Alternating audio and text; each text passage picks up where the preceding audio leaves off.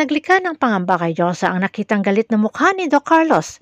Pagkita na magkasama sila Lynette at RJ sa restaurant, na pati si Chang Susan at si Annalyn ay agad tinawagan ang inang niyang si Lynette para kumustahin ang kalagayan. Pinanatag naman ni Lynette si Annalyn na okay na siya at konting understanding lamang umano ang nangyari kina Carlos at Lynette, pero okay na sila ngayon. Ang hindi nila alam ay isang ugali na naman ang natuklasan ni Lynette dito sa kanyang asawa, na hindi lang siya pinaniniwalaan, na nagkataon lamang ang pagkita nila ni RJ sa restaurant at hindi talaga sila nag-usap na magkita doon.